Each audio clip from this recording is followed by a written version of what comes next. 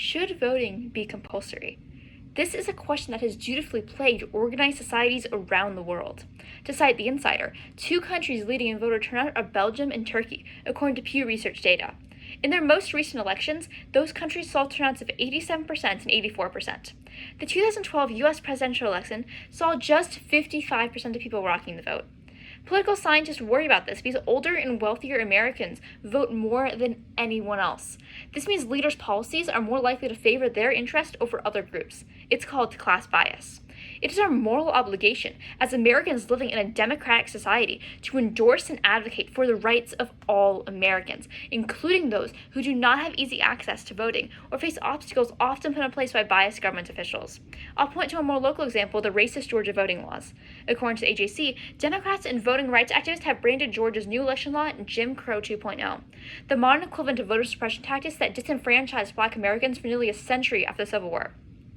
They say new identification requirements, limits on ballot drop boxes, and other provisions of law are a deliberate attempt to suppress voters of color who helped deliver Georgia to President Joe Biden and the U.S. Senate to Democrats in recent elections.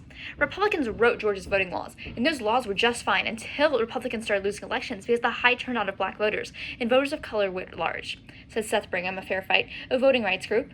This bill is a backlash to the expression of Black Americans' power, just like Jim Crow 1.0. Implementing a compulsory voting law will prevent this form of systemic racism and prohibit lawmakers from exposing their own biases against the general public. In an interview, Obama stated that the people who tend not to vote are young, they're lower income, they're skewed more heavily towards immigrant groups and minority groups. There's a reason why some folks try to keep them away from the polls. In response to some views on compulsory voting undermining individual rights in the Constitution, even in a democratic society, these rights include a responsibility to participate in the public process of selecting leaders and serving the public interest. Even if it were to undermine the Constitution, the benefits of the plan outweigh the risks. Compulsory voting would improve the governmental system because our leaders and their decisions would accurately represent the nation as a whole. We live in a democratic society, the United States of America. We are designed and constructed with one end goal in mind: equality. Though this originally was only true for white males, the public is moving to a far more equal civilization, one where each person has a fair and just chance to participate in the future of our country.